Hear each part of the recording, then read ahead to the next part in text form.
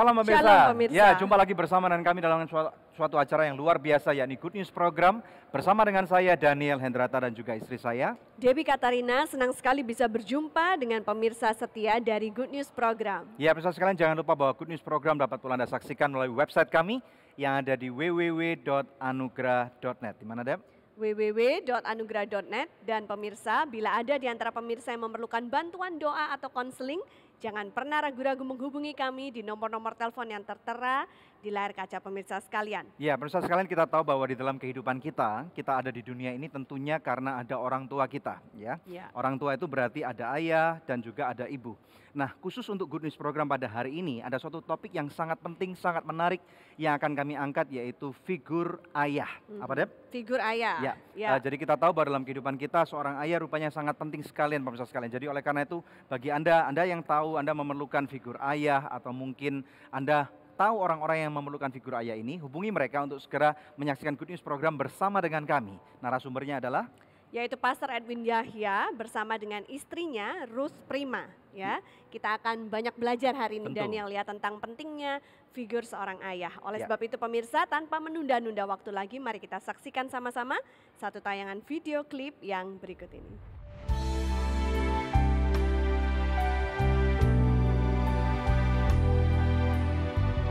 Data dari statistik mengatakan bahwa orang yang bertumbuh tanpa figur seorang ayah akan mengalami kelainan perilaku, kecenderungan bunuh diri, dan menjadi kriminal yang kejam. Sekitar 70% para penghuni penjara dengan hukuman seumur hidup adalah orang yang bertumbuh tanpa kedekatan secara emosional dengan figur seorang ayah. Menjadi seorang ayah bukan hanya jabatan atau kehadiran, melainkan juga sebuah fungsi dan peran yang harus dijalankan. Hari ini hadir dalam Good News Program Edwin Yahya, seorang yang pernah mengalami kehilangan figur ayah sehingga jatuh dalam jerat narkoba dan pergaulan bebas sejak bangku sekolah. Namun kini Edwin telah menjadi suami yang luar biasa dari Ruth Prima, bahkan ayah dari 5 orang anak yang berkarakter dan bertalenta. Edwin Yahya juga merupakan pastoral care dari gereja ICC Bandung dan menjadi ayah bagi banyak anak-anak rohani yang Tuhan taruh dalam hidupnya. Bagaimana ia mengalami segala perubahan tersebut? Saksikan kesaksian selengkapnya hanya di Good News Program.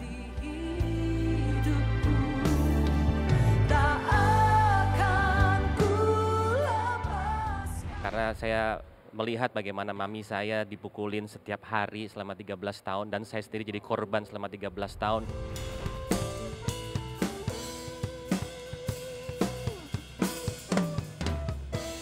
Aku suka banget Sogut Bakso. Praktis, udah ada bumbunya. Ada bakso sapi, ayam, ikan, dan udang. Dari daging pilihan. Sogut Bakso is very good. Sogut Seafood. Sekarang zamannya Sogut Seafood. Ada ebi katsu, ebi panko, sumai, dan golden money bag. Makan jadi lahap-hap. Seafood sehat dan enak, cuma Sogut jagonya. Ayo makan so nice, ayo kita SMS, semua makan so nice. Ujungnya aja enak, apalagi tengahnya, Bud. So nice, enak loh. SMS, semua makan so nice. SMS, semua makan so nice. So nice, enak bermutu. Dari So Good Food.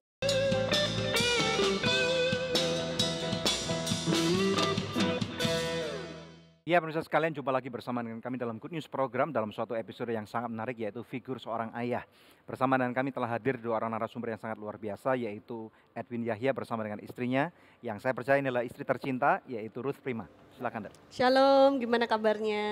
Shalom, baik, luar biasa. Ya, akhirnya ya, kalian bisa datang dari Bandung loh. Iya, finally. Jauh-jauh nyempatin diri ke Good News Program. Thank you for coming. Sama-sama. Ya.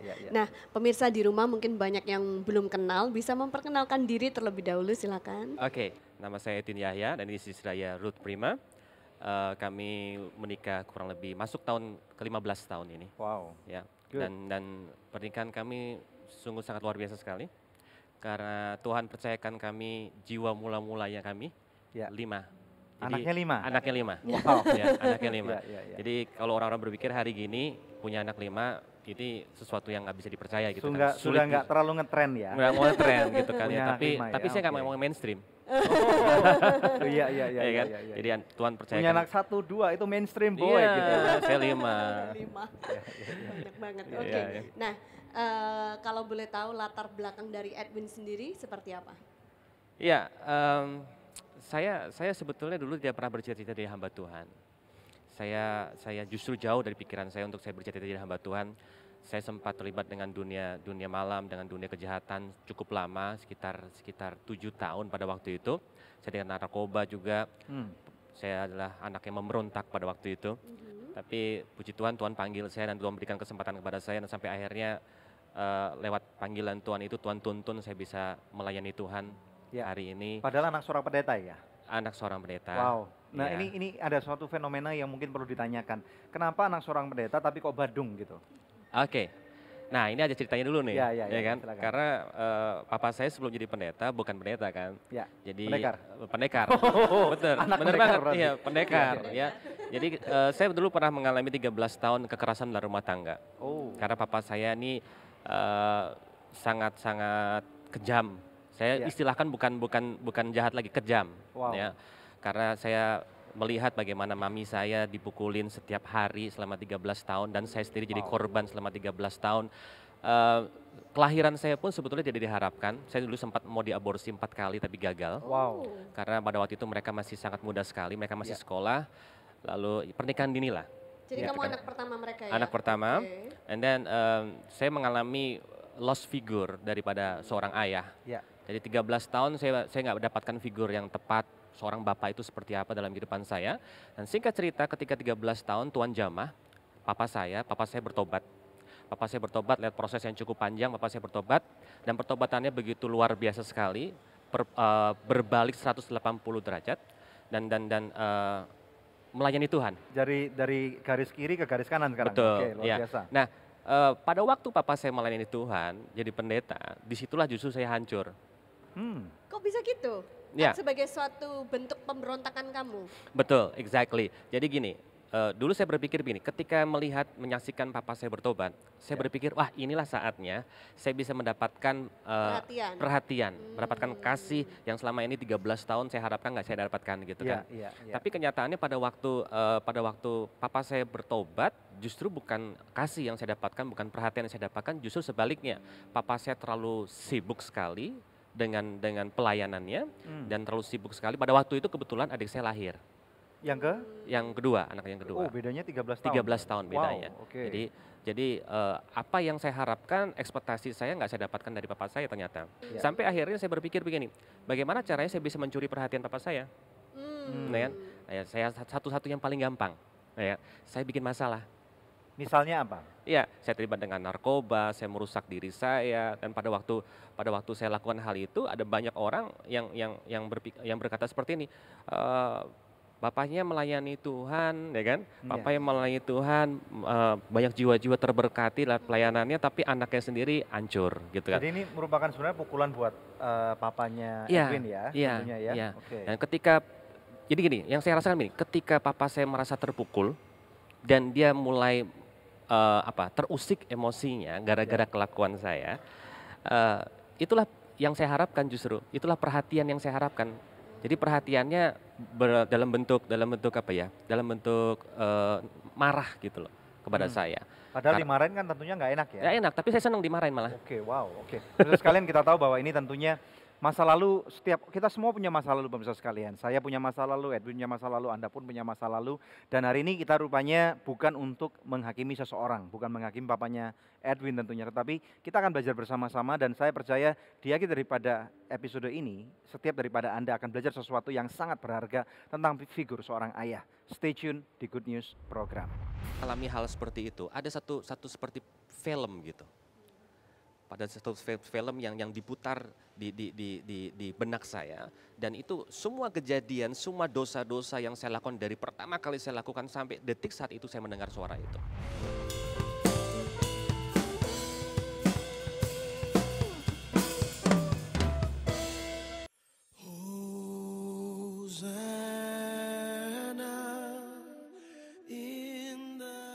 Dari Sabang sampai Merauke, tawa ceria anak-anak bangsa terdengar.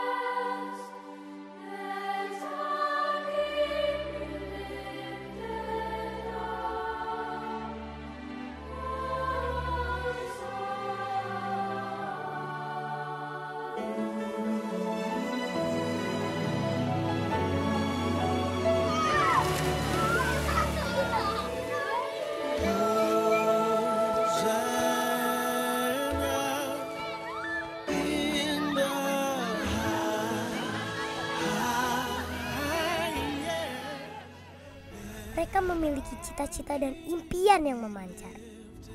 Nama saya Nalan Setiawan, cita-cita saya menjadi menteri. Cita-cita saya ingin menjadi polisi, menjadi pak guru, pilot.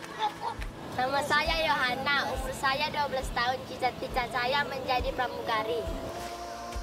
Polisi, main bola. Tetapi tidak banyak yang menjadi kenyataan. Mungkinkah kami terhindar?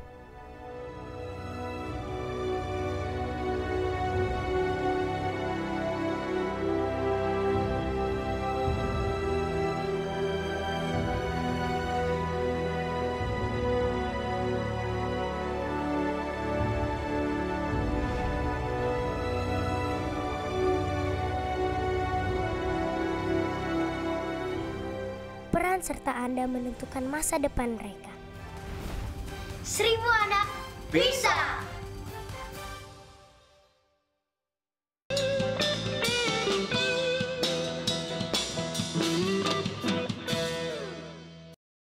Anda sedang menyaksikan Good News Program. Topik kita hari ini adalah figur ayah. Kembali kepada kesaksian Edwin. Nah, lalu bagaimana proses pertobatan kamu waktu itu?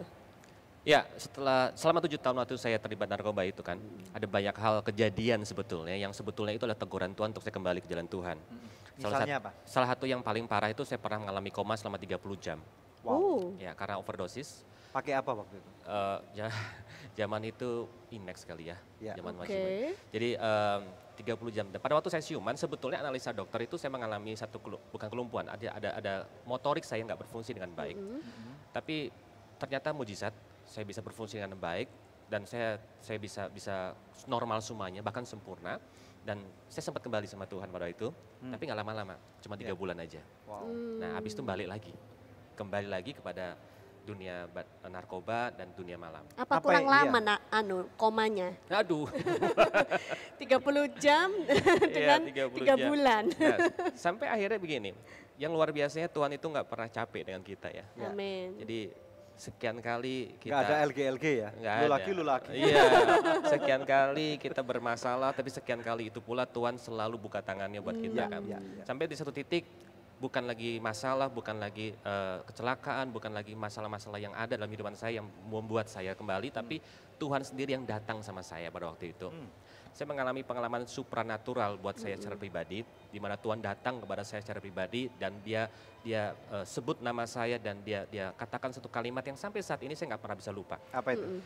Dia kata begini, Edwin, sampai kapan engkau akan mendukakan hatiku? Walaupun engkau jauh meninggalkan aku Yesus Tuhan, tetap mengasihimu. Wow. Itu kalimat sama persis, nggak saya tambahin, nggak sampai kurangin. Ya, dampak dari kata-kata itu sendiri buat Edwin apa sebenarnya? Dan disitulah momen dimana saya putar balik kehidupan saya. Why? Pada waktu saya dengar itu, saya jadi disadarkan bahwa saya ini orang yang sangat berdosa. Saya sering kecewakan Tuhan dan pada waktu saya mengalami hal seperti itu, ada satu seperti film gitu. Pada satu film yang diputar di benak saya, dan itu semua kejadian, semua dosa-dosa yang saya lakukan dari pertama kali saya lakukan sampai detik saat itu saya mendengar suara itu. Wow. Itu 12 Mei tahun 90. Wow. Itu momen bersejarah buat kehidupan Momen kamu, bersejarah ya? buat saya. Oke, Dan terus, setelah itu kehidupan Edwin berubah. Ya, saya memutuskan Tuhan, saya serahkan kehidupan saya, masa depan saya untuk dipakai Tuhan. susah nggak pada waktu dari sesuatu hidup yang rusak kemudian menjadi orang baik ini kan maksudnya dua dunia yang berbeda gitu ya. Susah nggak waktu itu? Struggling, Ya, cukup struggling. Tapi puji Tuhan pada waktu saya memutuskan untuk saya melayani Tuhan, saya langsung masuk ke salah satu sekolah Alkitab dan saya 4 tahun dididik di situ dalam asrama. Jadi puji Tuhannya dalam asrama. Jadi saya nggak ada kesempatan untuk lihat lagi di dunia luar. Dan setelah selesai itu saya hijrah ke Jakarta.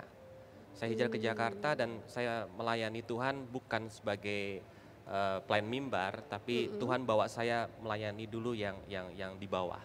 Entry level lah. Entry Apa level nih? dulu. Ya. Bicara tentang entry level apa? Iya, pada waktu itu saya melayani jadi driver dulu. Oke. Saya jadi driver, saya jadi pembantu umum dari sebuah gereja yang baru dirintis juga. Pembantu umum ini definisinya bukan sama dengan pembantu rumah tangga, bukan? Sama.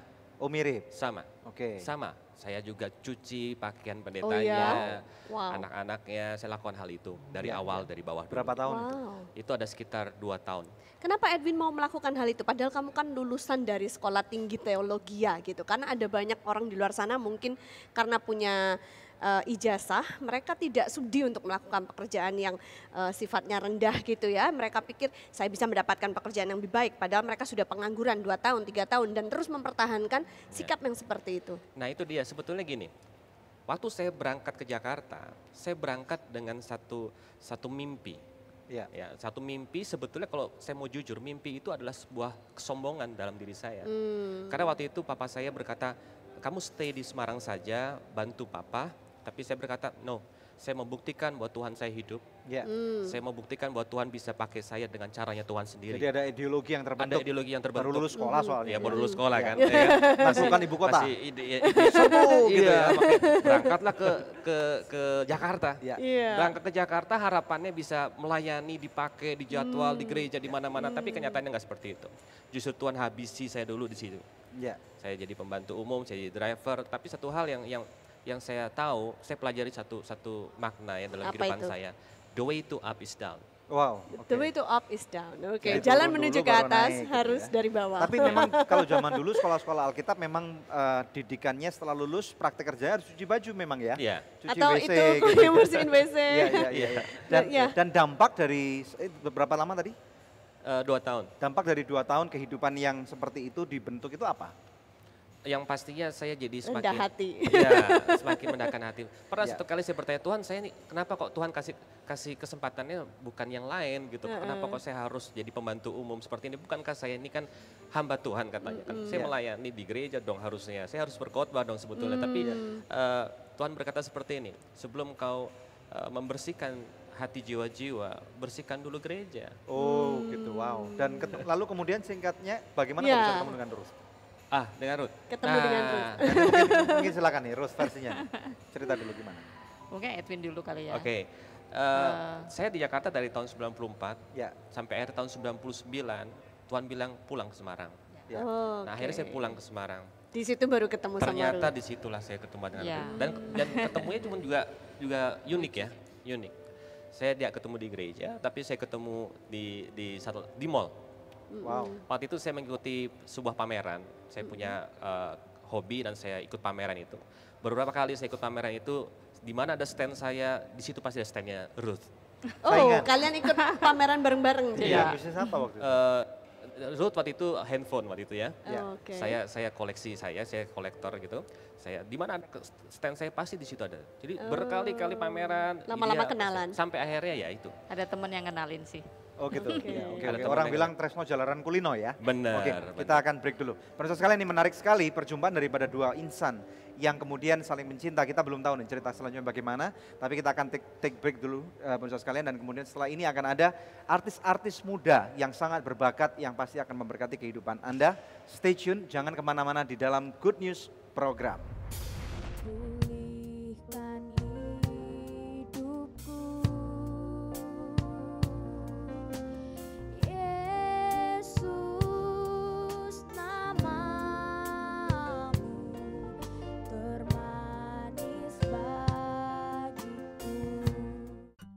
kasih pemirsa untuk setiap dukungan yang Anda berikan buat Good News program selama 9 tahun ini. Kami mengundang Anda untuk menjadi partner rohani kami dalam mengabarkan kabar baik. Hubungi kami di nomor telepon yang tertera di layar kaca pemirsa, atau Anda juga dapat memberikan taburan Anda di nomor rekening yang berikut ini. Untuk setiap taburan yang Anda berikan, Anda memastikan kelangsungan Good News program, juga program-program sosial kami lainnya. Terima kasih dan Tuhan Yesus memberkati.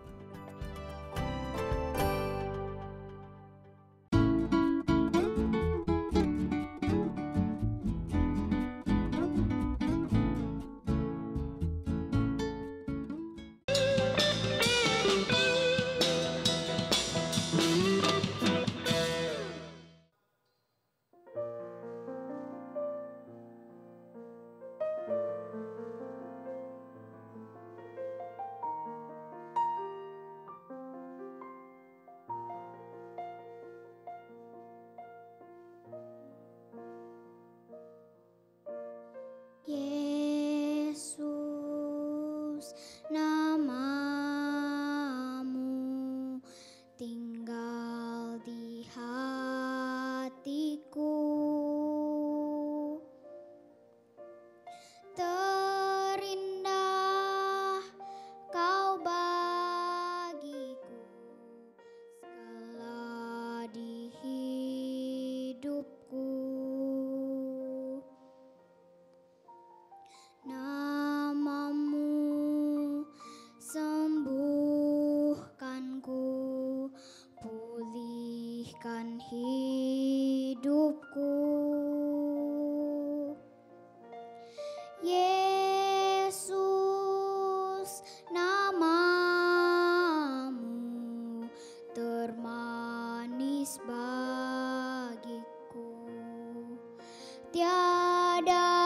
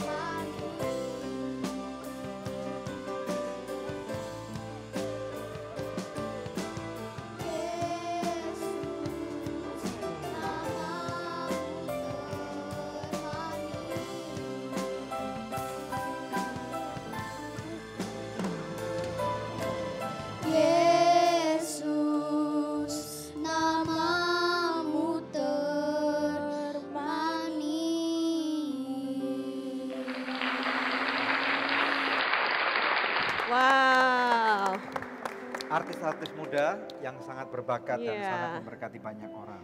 Ada Visia Manuela, Vivia Immanuela, dan kakaknya yang main keyboard yaitu Vixel Immanuel. Kayak main Scrabble ya namanya. Mirip loh, tapi agak susah diingat. Siapa tadi nama adik-adik ini? Visia Manuela, terus Vivia Immanuela. Nah, yang main keyboard Vixel Immanuel. Nah, kamu Visia umur berapa? Umur 12 tahun. 12 tahun. Oke, kamu? Vivia? 8. Jangan takut sama Om. Kalau Vixel umur berapa? Umur 17 tahun. 17, oke. Nah, bicara tentang albumnya, silakan. Ya, hari ini bawa album Kasih Tuhan Memulihkan ya. Visia bisa cerita tentang albumnya, ini album yang keberapa? Ini album yang ketiga, Tante. Oke, dalam pembuatan album ini apa yang spesial dibandingin album-album sebelumnya? Kalau album ketiga ini kan Visia udah lebih banyak, lebih punya banyak pengalaman nyanyi, jadi mungkin bisa lebih baik daripada album-album yang sebelumnya. Nah, kalau mau ditanya nih, tujuannya kamu sendiri, kau sampai buat album sendiri nih sebenarnya apa gitu? Untuk membantu pelayanan papa dan mama. Terus kemudian, dan cita-cita kamu sendiri dalam pembuatan setiap album itu ini apa ini?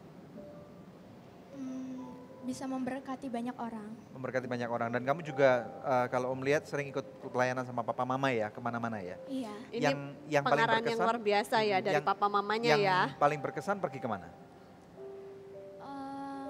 Mungkin pergi ke YHS Makassar yang lalu. Kenapa? Gimana ya?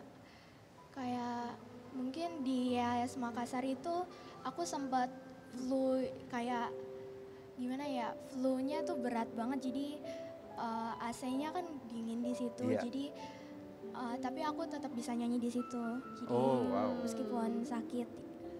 Iya, dan Tuhan menyertai kamu ya. Iya. Dan saya ingat kalian juga pernah ke Ambon ya? Iya. Berkesan nggak pada waktu pergi ke Ambon? Karena kan papa mama asalnya dari Ambon. Iya, soalnya ketemu oma juga kan di sana. Oke, terus kemudian? Kemudian ketemu saudara-saudara yang mungkin aku belum ketemu juga. Oh gitu.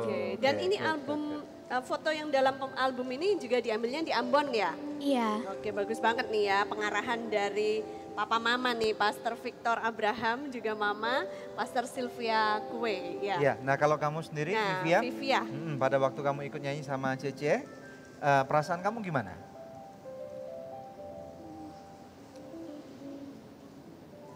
Kamu senang, kamu takut, atau ada malu nggak atau grogi sedikit gitu? Takut.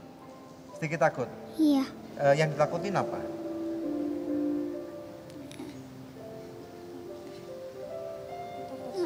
Takut salah. Takut salah.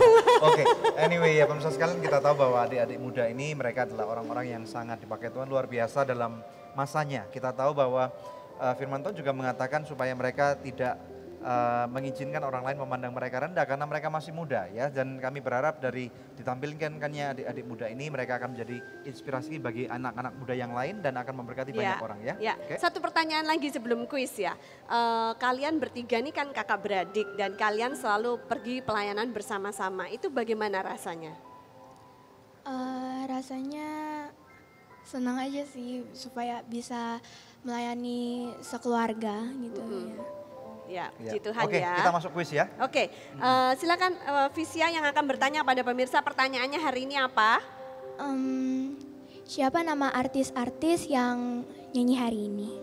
Ya, siapa nama artis-artis yang nyanyi hari ini? Anda bisa kirimkan jawabannya melalui SMS ke nomor HP yang tertera di layar kaca pemirsa atau melalui email ke goodnews@anugerah.net dengan format seperti ini, kuis, nama, alamat lengkap, dan jawabannya.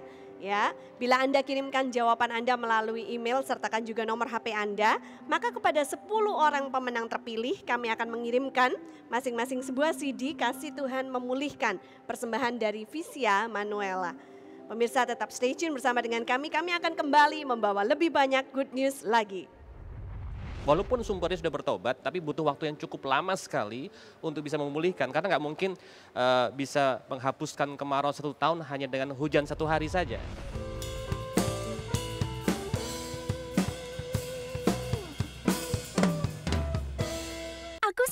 banget Sogut Bakso. Praktis, udah ada bumbunya. Ada bakso sapi, ayam, ikan, dan udang.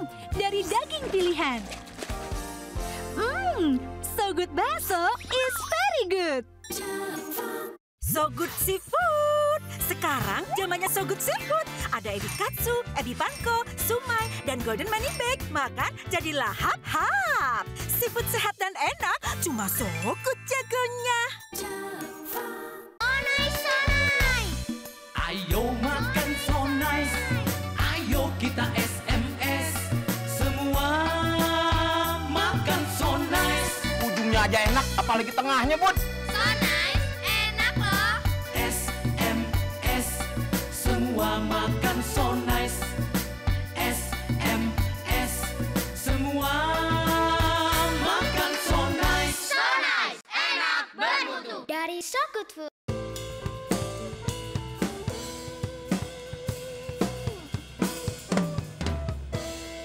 Masih dalam Good News program Figur Ayah, kembali kepada kesaksian Edwin dan Ruth ya. Jadi tadi awalnya berjumpa di Semarang, terus bagaimana bisa jatuh cinta, menjalin kasih sampai menikah? Kalau saya pribadi saya nggak kebayang ya bisa ketemu dia, terus akhirnya jadi suami saya ternyata ketemunya di mall gitu. Dan singkat sekali sih, jadi dalam waktu 3 bulan ternyata papahnya menyuruh kita untuk nikah. Oh gitu. 3 bulan saja. 3 bulan aja. Berapa kali ya? Saya 23. Saya 28. Oke. Oh, terus kemudian? Terus akhirnya singkat cerita 9 bulan kemudian kita married gitu. Oh jadi nggak jadi 3 bulan aja ya? 3 bulan lamaran, 9 bulan hari hanya. Oke, jadi setahun setelah Menurut informasi kami terima informasi bahwa kurang 1 bulan hampir dibatalin. Nah itu kenapa itu? Ya, dia itu termasuk orang yang temperamennya luar biasa. Itu yang membuat saya berpikir, wah nggak main-main ini. Misalnya seperti apa? Dia emang nggak main fisik, nggak mukul saya sih. Cuma kalau lagi emosi, ya barang apa yang ada di sekitarnya yang jadi sasaran gitu. Oh gitu, maksudnya dibanting? Dibanting. Oh dulu tapi sekarang udah enggak ya? Enggak, puji Tuhan. Tapi ada buktinya loh, berarti barang di rumah akan selalu baru. Iya ganti. Kayak gitu. Iya. Alasan. Iya. Lalu kemudian? Jadi saya berpikir, wah saya harus hidup sama orang ini seumur hidup ya, yang temperamennya luar biasa gitu. Ya. Tapi akhirnya mungkin Roh Kudus ya ingetin saya, masa kamu hanya mau menerima orang baiknya saja, tapi kelemahannya, kekurangannya masa nggak mau terima.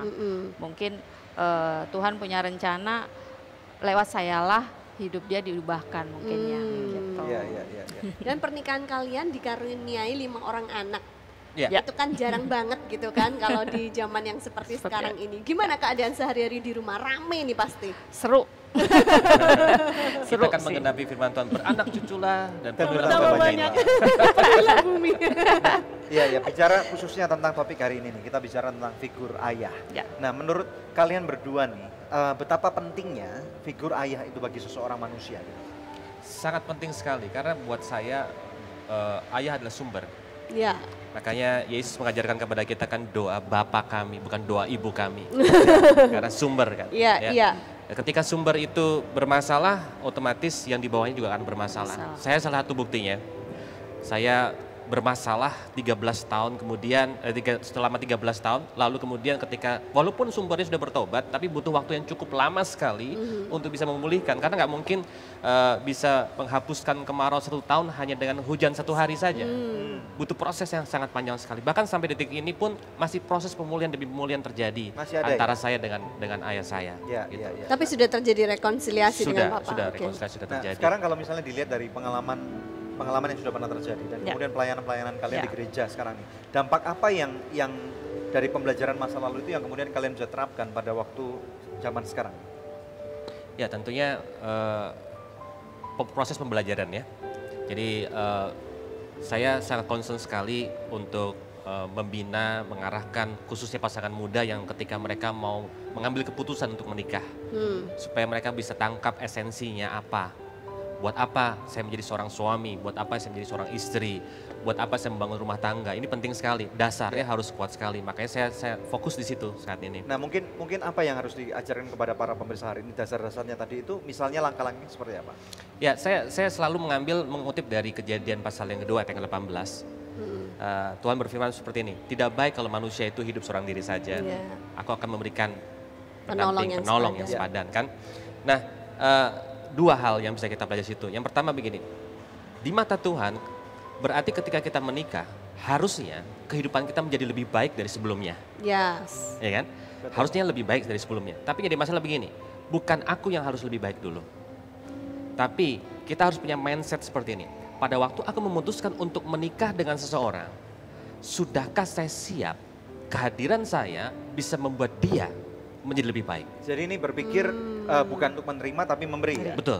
Oke. Betul. Jadi harusnya kehadiran saya ketika saya menjadi seorang suami, saya jadi suaminya Ruth, misi saya adalah membuat kehidupannya Ruth harus menjadi lebih baik dari sebelumnya. Ya. Jadi itu nggak main-main kan?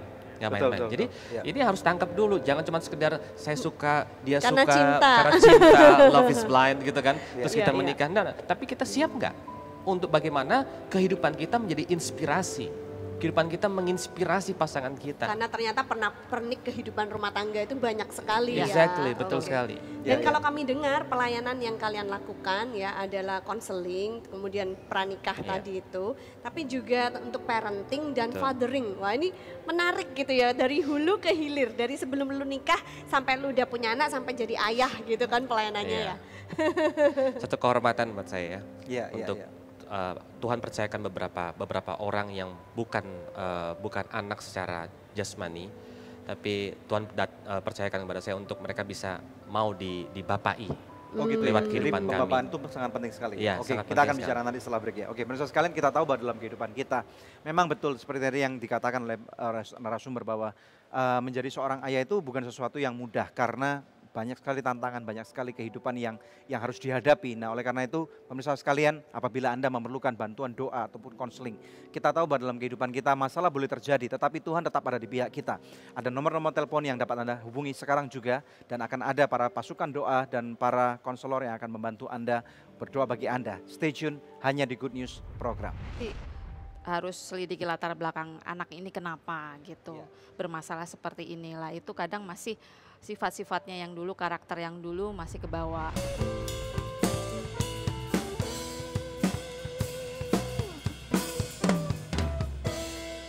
Terima kasih pemirsa untuk setiap dukungan yang Anda berikan buat Good News Program selama 9 tahun ini. Kami mengundang Anda untuk menjadi partner rohani kami dalam mengabarkan kabar baik. Hubungi kami di nomor telepon yang tertera di layar kaca pemirsa, atau Anda juga dapat memberikan taburan Anda di nomor rekening yang berikut ini. Untuk setiap taburan yang Anda berikan, Anda memastikan kelangsungan Good News Program, juga program-program sosial kami lainnya. Terima kasih dan Tuhan Yesus memberkati.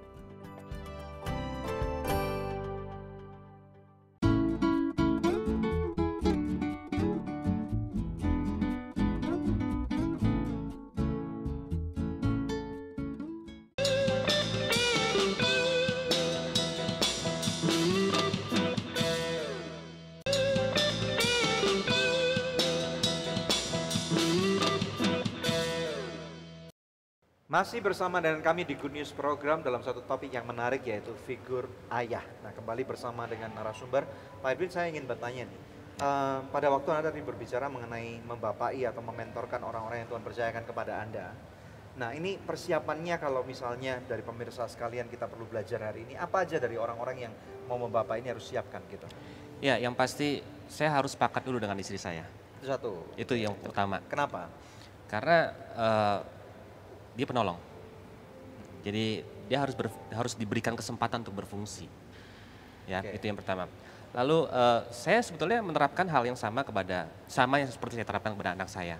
Jadi metodenya hampir sama. Jadi ada yang pertama, kami menjadi inspirator, menginspirasi dulu. Karena kadang-kadang orang-orang yang datang dalam kehidupan kami untuk dibapai, mereka udah capek didikte, mereka udah capek dikhotbahin. Tapi mereka cuma butuh figur, butuh inspirasi, lewat sikap hidup, lewat kehidupan kami sehari-hari. Itu yang kedua, baru mentor. Nah, seringkali masuknya langsung ke mentornya, tapi harus jadi inspirator dulu. Mentor, ini juga kami terapkan kepada anak-anak kami ya. Jadi mentor. Nah, jadi mentor ini baru nilai-nilai bisa masuk. Ketika ada hubungan baik terjalin, ketika ada jembatan hubungan baik terbangun, maka untuk memasukkan nilai-nilai nggak sulit. Ya, mentoring. Dan ini bukan dalam classroom setting ya, tentunya bukan. Dalam real life situation ya. Okay. Saya bagi hidup. Lalu yang ketiga, motivator. Karena biar bagaimanapun orang-orang yang masuk dalam kehidupan kami, mereka akan kembali lagi keluar. Di luar situasinya berbeda dengan di dalam. Tentunya ada tantangan, ada masalah, ada kendala-kendala yang mereka hadapi. Nah, ini waktunya untuk kita jadi motivator mereka. Ayo, kamu bisa, kamu harus lakukan ini, kamu harus maju, kamu harus lawan semua rasa minder kamu atau apapun lah itu. Ya. Terus yang terakhir jadi best friend. Ini kenapa kok kita perlu jadi best friend daripada orang-orang itu? Ya, karena mereka kadang-kadang cuma butuh untuk didengar. Ya, cuma butuh untuk didengar, butuh untuk diterima. Itu aja sih. Apa sih kriteria daripada seorang sahabat ketika kita nyaman kan sebetulnya? Iya, betul. Saya memutuskan untuk menjadi sahabatnya Pak Daniel, kenapa? Karena saya nyaman dengan Pak Daniel. Gitu. Betul. Ada sense of security. Iya, gitu ya? Ada rasa aman dan rasa nyaman yang muncul ketika saya ada dekat dengan Pak Daniel. Maka saya memutuskan untuk bisa menjadi sahabat. Nah, kalau dari segi pandang dari seorang mama nih ya, istilahnya ini kan papanya dari mentorin 5 anak sendiri aja udah nggak mudah tentunya ya. Nah, challenge-nya kalau punya anak banyak tuh pada zaman sekarang apa? Kesabaran pasti ya. Misalnya awal kesabaran, karena nggak untuk satu anak aja sudah butuh kesabaran, apalagi udah saya 5 ditambah lagi anak di luar yang jumlahnya mungkin berapa ya, lumayan ya kita anak rohani. Anak di luar nikah nih ya.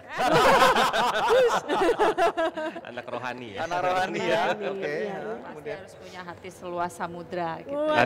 Seluas samudra. Tantangan terberat apa yang misalnya dihadapi oleh anak-anak rohani kalian misalnya?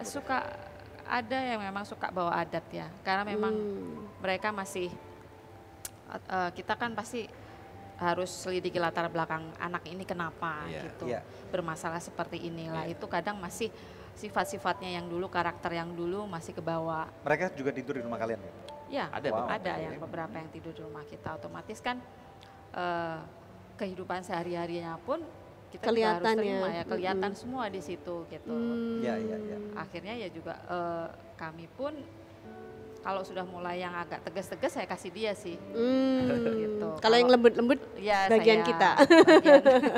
Bagian ibu ya. Ibu kan biasanya udah kamu bisa, ayo sabar gitu. Ayo bisa, pasti bisa. Gitu. Kalau dia yang bagian tegas, tolong ditegur, itu nggak boleh gitu. Lah saya kasih dia. Ada bagian sendiri-sendiri sih kita. Nah tapi kan otomatis dengan membuka rumah sama dengan privacy kan terganggu gitu ya. Pasti. Istilahnya kalau anak sendiri sih ya jelek-jelek anak sendiri orang bilang ya. Tapi kalau orang lain kan bodo amat gitu mestinya. Gimana? Menurut Anda gimana? Risiko ya itu ya memang. Kalau kita memang membuka diri untuk mementor orang, otomatis kehidupan pribadi kita pun, privasi kita juga akan mau nggak mau kan harus kita buka juga gitu. Itu resiko buat kita karena anugerah sih, saya pikir anugerah kalau kita bisa mengubahkan hidup orang lewat hidup kita, itu anugerah yang nggak semua orang bisa alami. Lakukan. Ya. Dan satu hal lagi, mereka bisa jadi pagernya kita. Misalnya maksudnya jadi pagernya kita. Karena mau tidak mau apa yang kami ajarkan kepada mereka, yang kami masukkan nilai-nilainya itu ya jadi tuntutan buat kami juga kan.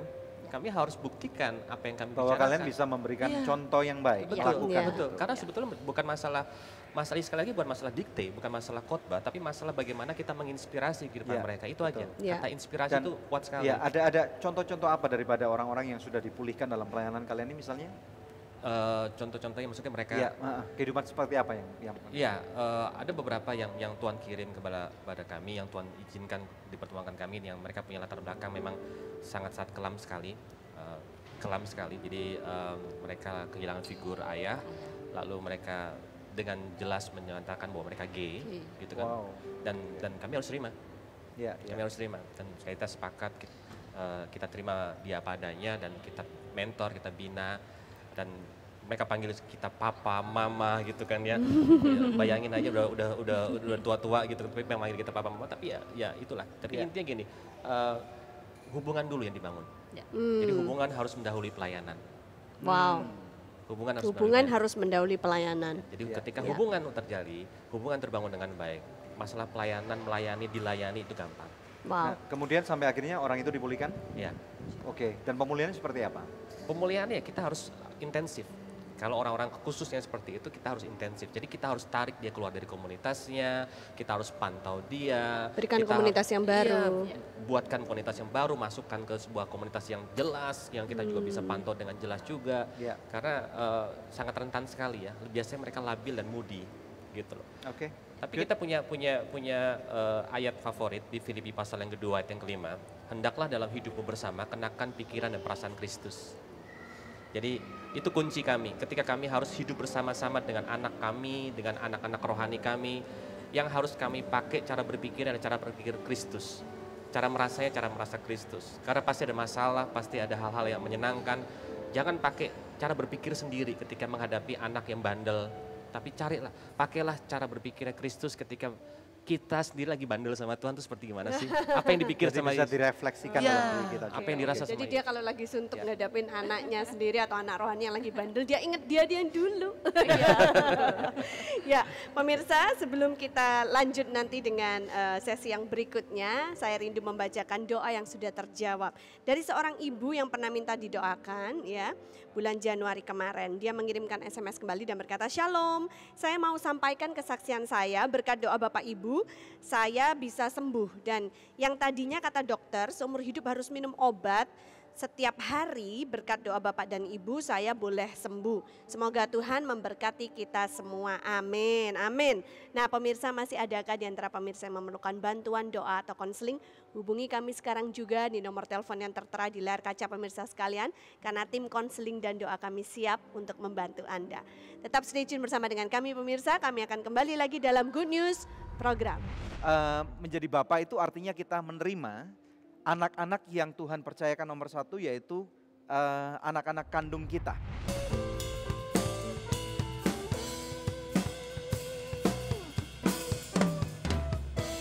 Aku suka banget Sogut Bakso. Praktis, udah ada bumbunya.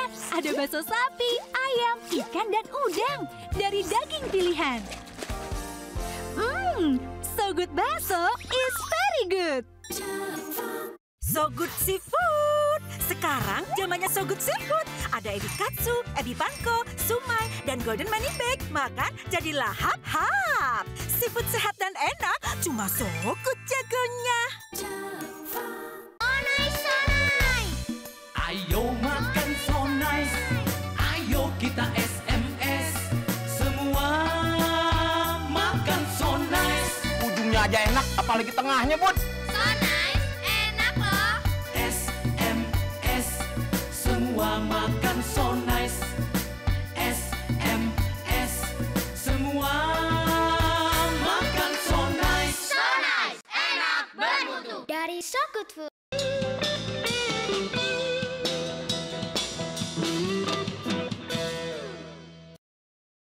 Figur ayah dalam Good News program. Pemirsa, topik yang kita angkat hari ini sangat penting karena di Alkitab juga dikatakan ada begitu banyak guru atau pengajar tetapi sedikit ayah. Nah, kepada Edwin sebagai penutup, adakah kata-kata dorongan yang bisa Edwin berikan kepada pemirsa di rumah, khususnya ayah-ayah yang mungkin hari ini dalam keadaan terpuruk menghadapi anak-anaknya yang bandel, hampir nyerah, tidak tahu apa lagi yang harus dilakukan. Silakan Edwin. Ya, tentunya kita butuh kasih karunia ya. Kita nggak bisa dengan kekuatan kita sendiri. Keintiman kita dengan Tuhan menentukan penerimaan kita kepada anak-anak kita sebetulnya. Jadi kuncinya memang kita harus intim dengan Bapa di surga. Jadi ketika kita intim dengan Bapa di surga, kita punya hubungan yang berkualitas dengan Bapa di surga. Saya percaya kasih Bapa di surga itu akan memampukan kita untuk menerima anak-anak kita apapun kondisinya, ya apapun kondisinya. Karena saya percaya sekali sama seperti Bapa menerima kita apapun kondisinya. Dia tidak berkata datanglah kepada aku pada waktu kau bertobat, tapi justru dia mencari kita pada waktu kita masih lagi sakit, masih berdosa, masih terpuruk. Jadi keintiman kita dengan Bapa di surga itu akan sangat menentukan bagaimana kita bisa menerima anak-anak yang Tuhan percayakan dalam hidup kita. Anak-anak itu luar biasa loh, itu kepercayaan anugerah dari Tuhan. Ya, puji Tuhan. Well, terima kasih atas waktunya Edwin dan juga Ruth. Kami sangat diberkati dan pemirsa juga saya percaya mereka sangat diberkati dengan kehadiran kalian di sini. Ya, oke, puji Tuhan. Haleluya, puji Tuhan. Pemirsa sekalian, mari kita lihat daripada firman Tuhan yang akan kita ambil daripada kitab Matius pasal yang ke-11 ayat 28 sampai dengan ayat 30. Matius pasal yang ke-11 ayat 28 sampai dengan ayat 30, firman Tuhan berkata, "Marilah kepadaku semua yang letih lesu dan berbeban berat, aku akan memberi kelegaan kepadamu. Pikulah kuk yang kupasang dan belajarlah padaku, karena aku lemah lembut dan rendah hati, dan jiwaku akan mendapat ketenangan. Sebab kuk yang kupasang itu enak dan bebanku pun ringan." Oke, pemirsa sekalian, kita tahu bahwa pada waktu kita membaca ayat ini, ada satu figur seorang bapa yang diberikan oleh Yesus kepada kita sekalian, anak-anaknya. Ya, menjadi bapa itu artinya kita menerima anak-anak yang Tuhan percayakan nomor satu, yaitu anak-anak kandung kita. Ya, pada waktu saya menikah saya punya 2 orang anak dan kemudian saya harus menerima mereka apa adanya. Nah, ada suatu kecenderungan di dalam kehidupan kita pada waktu kehidupan kita terus berjalan. Saya percaya bahwa dalam setiap kehidupan tidak selalu moon and roses. Tidak semua kehidupan itu lancar, pemirsa sekalian. Tetapi ada kalanya di mana anak-anak kita mungkin terjebak dalam suatu situasi yang tidak mengenakan kehidupan, bahkan mungkin mempermalukan nama kita. Ya, nah ini tergantung bagaimana kita mendidik daripada anak-anak kita sendiri itu. Namun niscaya, dengar baik-baik pemirsa sekalian, percayalah bahwa anak-anak kita, anak-anak saudara itu sangat memerlukan Anda. Nah, kalaupun Anda hari ini jauh juga daripada Tuhan, maka undangan daripada ayat tadi itu ditujukan kepada Anda dulu. Nah, kemudian setelah itu pada waktu Tuhan memulihkan hidup Anda, pada saat yang bersamaan Tuhan menginginkan supaya Anda juga dapat kembali ke rumah Anda dan ingat kembali kepada anak-anak Anda. Ya, kalau Anda bertanya, "Pak, bagaimana kalau anak-anak saya sudah dewasa?" Mungkin Anda berpikir bahwa ini sudah terlambat. Menurut saya lebih baik terlambat daripada tidak sama sekali. Atau mungkin Anda yang bertanya, "Pak, bagaimana kalau misalnya saya adalah seorang ibu tunggal atau single mother?" Ya, nah kalau Anda daripada pemirsa sekalian yang hari ini adalah seorang ibu tunggal, maka yang diperlukan adalah satu support dari keluarga besar. Ya, misalnya kalau Anda masih punya orang tua atau kakek daripada anak-anak Anda, maka sangat diperlukan figur seorang bapak daripada kakeknya. Atau kalau misalnya kakek juga nggak ada, misalnya Anda tinggal di luar kota atau di luar negeri, maka diperlukan satu komunitas yang sehat. Misalnya sebuah gereja, di mana si gembala sidang atau ketua sel atau ada teman-teman laki-laki daripada kelompok sel itu yang dipercaya dapat membantu misalnya untuk mendidik daripada anak-anak yang timbul tanpa atau besar tanpa adanya figur ayah ini. Saya percaya bahkan kadang-kadang diperlukan seluruh gereja untuk dapat membantu kita untuk bahkan membesarkan seorang remaja. Betul nggak pemirsa sekalian ya? Diperlukan seluruh gereja untuk bisa bersama-sama untuk ikut membesarkan satu remaja dalam sebuah rumah tangga. Bayangkan kalau setiap gereja mempunyai sikap hati seperti ini, bahwa setiap remaja yang ada di dalam gereja atau bahwa dalam suatu lingkungan ini menjadi tanggung jawab bersama. Artinya tentunya bukan untuk nyekolahkan mereka terus gitu pemirsa sekalian, tetapi menjadi papa buat mereka, maka saya percaya akan lebih banyak anak-anak yang akan bermasalah, akan lebih banyak daripada anak-anak yang mengalami pemulihan. Dan pada waktu ada anak-anak yang mengalami pemulihan ini, hidup kita semua akan menjadi lebih baik lagi. Tetapi ingat pemirsa sekalian, pada waktu kita belajar mengenai figur seorang papa, ada beberapa hal yang rupanya hanya seorang ayah bisa berikan. Saya melihat ada 5 hal di sini. Yang pertama, ketahui pemirsa sekalian, hanya seorang papa yang dapat memberikan identitas. Nama saya adalah Daniel Hendrata. Artinya saya adalah Daniel, anaknya Pak Hendrata. Ya, jadi identitas saya dibentuk daripada papa saya. Nah, ini hanya bisa diberikan oleh seorang papa. Nah, saya berharap daripada pemirsa sekalian, kita bukan hanya menjadi papa yang dipakai pada nama marganya saja, tetapi lebih daripada itu kita akan menjadi seorang papa yang fungsional. Ya, bukan papa yang absen di rumah, tetapi papa yang peduli kepada anak-anaknya. Ini yang pertama. Yang kedua, tahukah Anda bahwa seorang papa adalah seseorang yang dapat memberikan tujuan hidup atau purpose kepada anak-anaknya. Di dalam kehidupan ini purpose itu artinya seperti satu kompas atau satu jalur atau satu GPS di dalam perjalanan kehidupan kita. Tanpa adanya purpose yang jelas, seseorang akan tersesat di dalam kehidupannya. Yang ketiga, tahukah Anda bahwa seorang ayah bisa memberikan visi kepada anak-anaknya.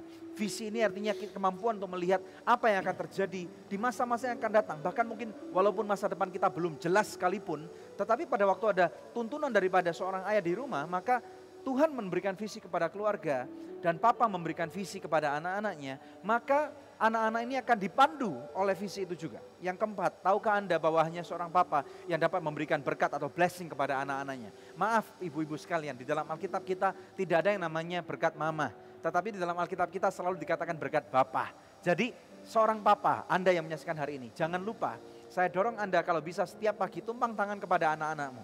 Pada waktu mereka mau berangkat sekolah, pada waktu mereka akan berangkat bekerja. Anak-anakmu memerlukan berkat daripada Anda, berkat papa. Bukan cuma uang saja, tetapi berkat itu adalah juga doa, kata-kata dorongan, kata-kata motivasi, bahkan teguran dan disiplin sekalipun. Yang kelima, tahukah Anda bahwa seorang papa bisa memberikan warisan kepada anaknya. Dalam kehidupan kita tahu bahwa warisanlah yang membuat seseorang menjadi kaya. Kita tahu memang Tuhan yang menjadikan seseorang kaya. Tetapi alangkah baiknya kalau pada waktu dalam kehidupan kita dapat menerima sebuah warisan dari ayah kita.